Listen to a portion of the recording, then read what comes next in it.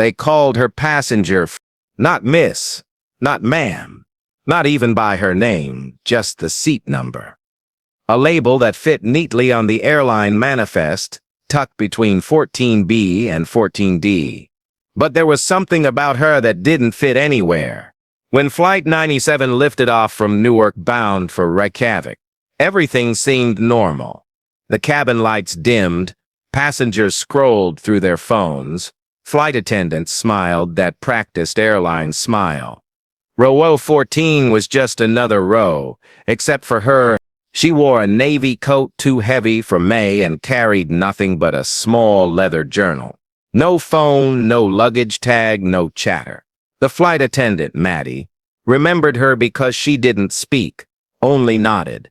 But it wasn't shyness. It was alertness, like someone listening for something the rest of them couldn't hear. By hour 2, turbulence hit. Nothing unusual. The captain's calm voice came over the intercom. Just a few bumps, folks, should smooth out soon. Passengers chuckled nervously. Drinks spilled. Someone cursed softly. But passenger 14C didn't flinch. She sat perfectly still, hands folded, eyes on the window watching the dark Atlantic below as though counting waves she couldn't see.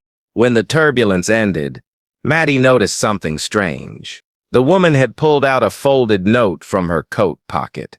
Not a phone, not a book. A small piece of paper with numbers and letters scrawled across it. 42 der Yen. 30W is 1745 GMT. Verify red signal. Maddie brushed it off at first until curiosity got the better of her. During drink service, she leaned in casually. "Ma'am, would you like something to drink?" Passenger 14C looked up for the first time. Her eyes were pale gray like steel catching cold light. She smiled, faint, polite, and said softly, "Water. No ice." The accent was off. Not British. Not American. Not quite European either. Something in between. Maddie nodded and walked off, uneasy. An hour later, when she passed again, the note was gone, but the journal lay open. She caught a glimpse, a hand-drawn sketch of the airplane, lines drawn to the wings, annotations like payload alignment, pressure sink, midair confirmation. Maddie's chest tightened. She told herself it was probably nothing. Maybe the woman was an engineer or a nervous flyer. Still, she mentioned it quietly to the purser, then to the captain. Within 20 minutes, the captain called ground control. By the next hour, 2 F-16s were dispatched from a NATO base in Iceland. No one told the passengers yet. The pilots just said there was a communication check with military traffic. The cabin grew restless, murmurs spreading like static. Maddie could feel it. The kind of tension that hums before lightning strikes. Then, through the small window, someone gasped. "Oh my God, there's a fighter jet outside." Heads turned, cameras came out, and there it was, a gray F-16 cruising beside them, close enough for everyone to see the pilot's helmet glint in the sunlight. Inside the cockpit, the co-pilot whispered, "They want us to maintain altitude and await instructions." The captain frowned. Instructions? For what? Moments later, a secure radio message came through from the lead fighter. The voice was crisp, male, urgent. "Flight 927. This is Falcon Leader. We have instructions to escort you to Keflavik. Maintain current altitude. Do not deviate. Also, confirm the identity of passenger 14C before descent." The captain blinked. "Passenger what?" "Passenger 14C. Female, approximately 30. Dark hair. Traveling alone. We need confirmation she's aboard." Maddie felt her pulse pound in her ears. "She's here," she whispered. "Seat." The captain relayed it back. There was silence.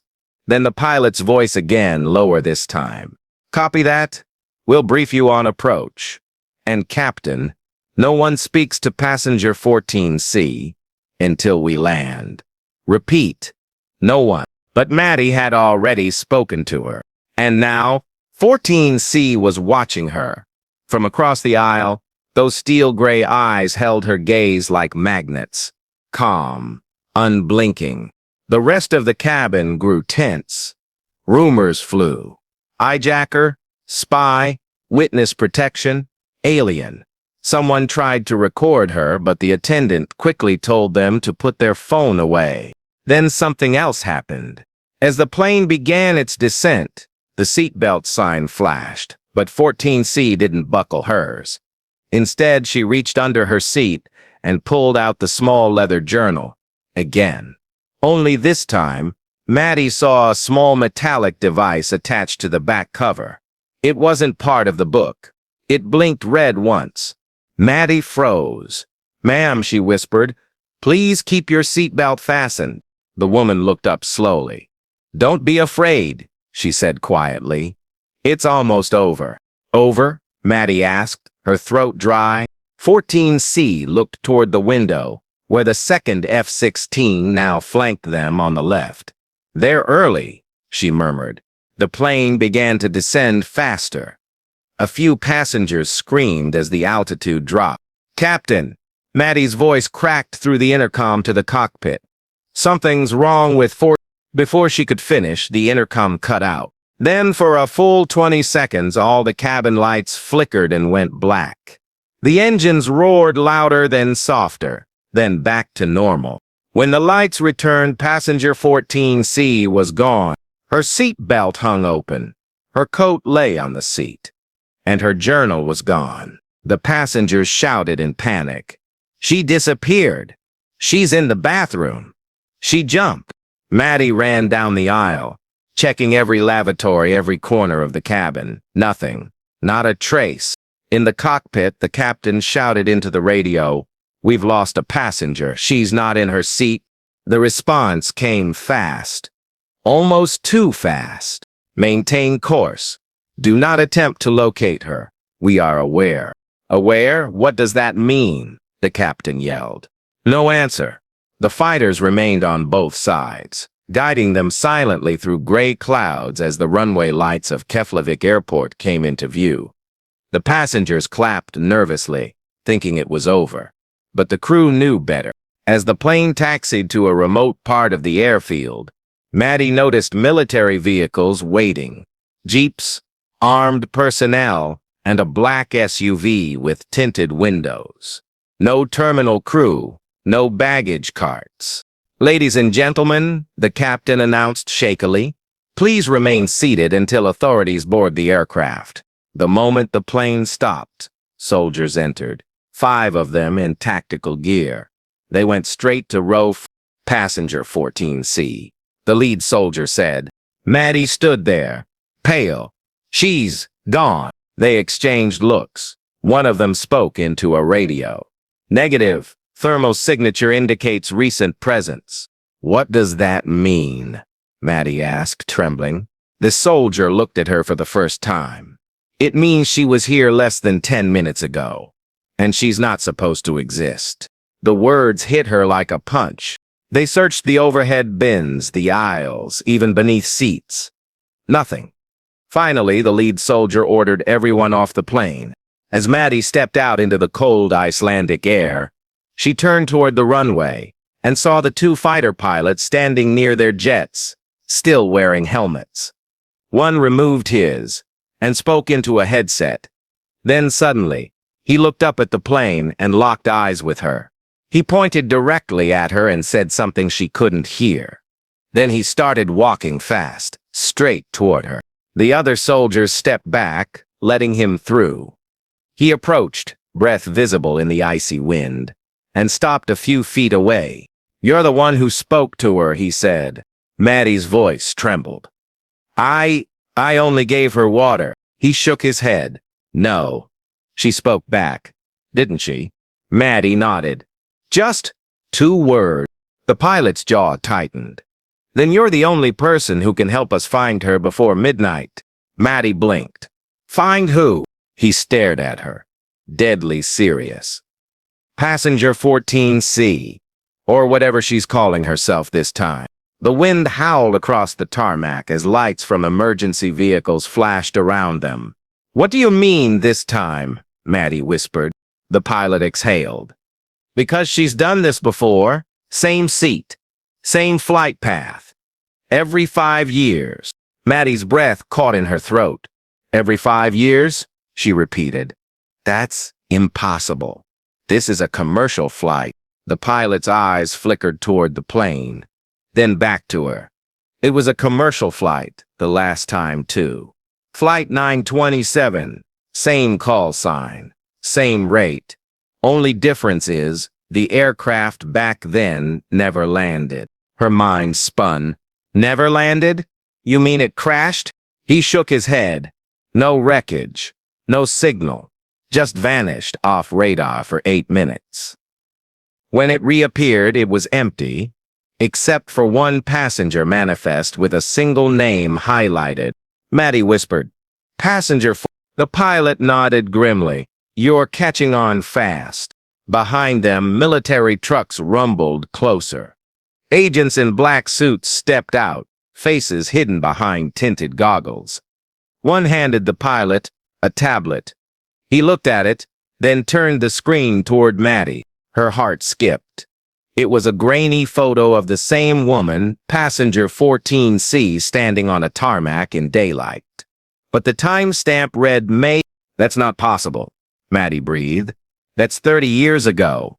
"She looked the same," the pilot nodded. "We've seen her in 3 separate incidents. Same flight path, same seat, always disappears before landing." Maddie's hands trembled. "Then who is she?" Before he could answer, a deep rumble filled the air. The ground crew looked up. In the distance, a helicopter was approaching. Fast. Its spotlight sliced through the fog as it landed near the hangar. Out stepped a man in a long coat, holding a tablet. His badge flashed briefly, something with too many letters for Maddie to read. He spoke to the pilot in a low voice, then turned to her. "Miss Reynolds?" She blinked. "Why, yes, I'm Director Cole. You were the last person to make contact with passenger 14C. We need to debrief you immediate." They led her into a temporary operations tent by the runway. Inside were computer screens, satellite feeds, and a large map of the North Atlantic. Several points were marked in red, each labeled 1. Cole gestured toward one blinking dot near the middle of the ocean. "That's where your plane's systems glitched. Same coordinates as before. We've tracked an anomalous electromagnetic pulse at that position every 5 years on the same date, within the same 30-minute window." He leaned closer. "Tell me exactly what she said to you." Maddie swallowed hard. "She only said, 'Don't be afraid, it's almost over.'" Cole frowned. "That's new." The pilot crossed his arms. "Last time she didn't speak to anyone." Maddie looked between them. "What happens now?" Cole turned to one of his technicians. "Bring up the audio from the cockpit."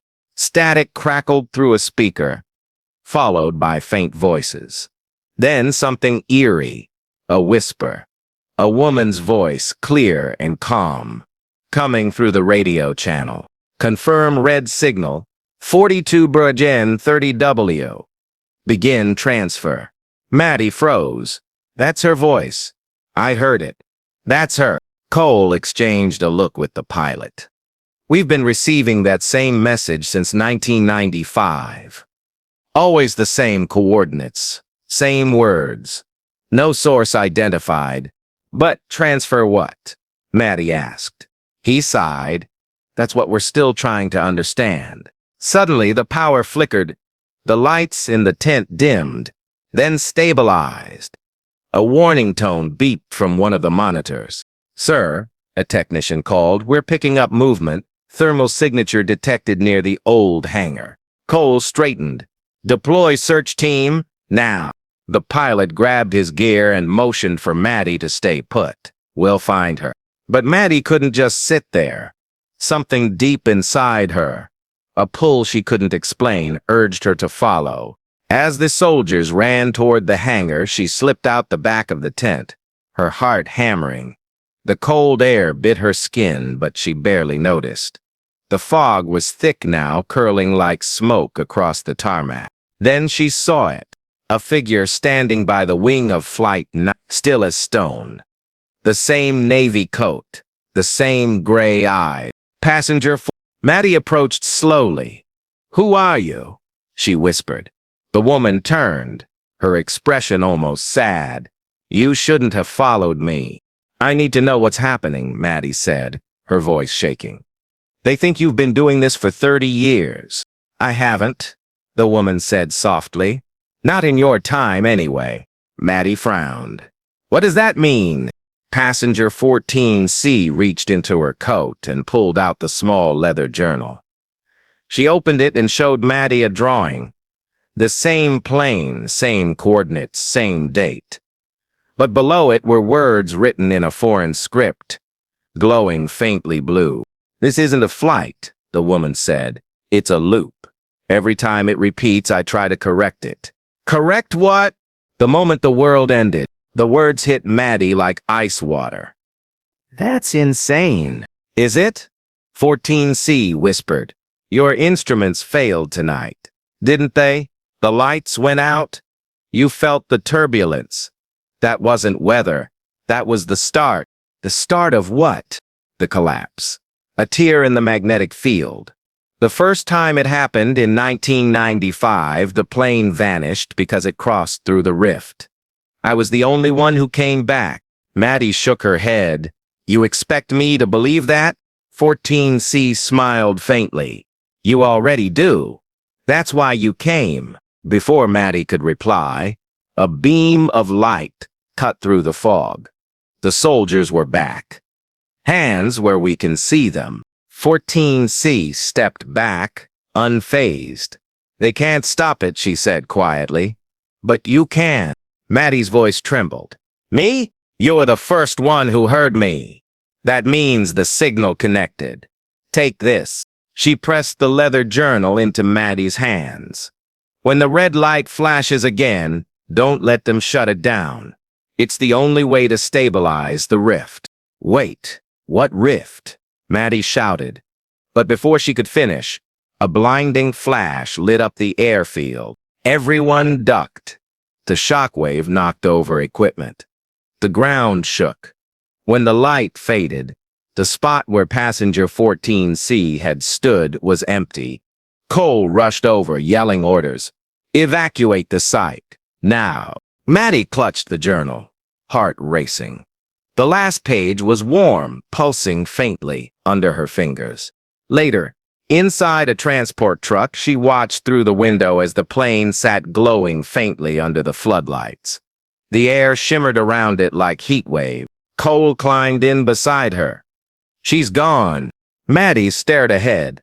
"No, she's not." He frowned. "You saw her disappear." She said it's a loop. Maybe she didn't leave.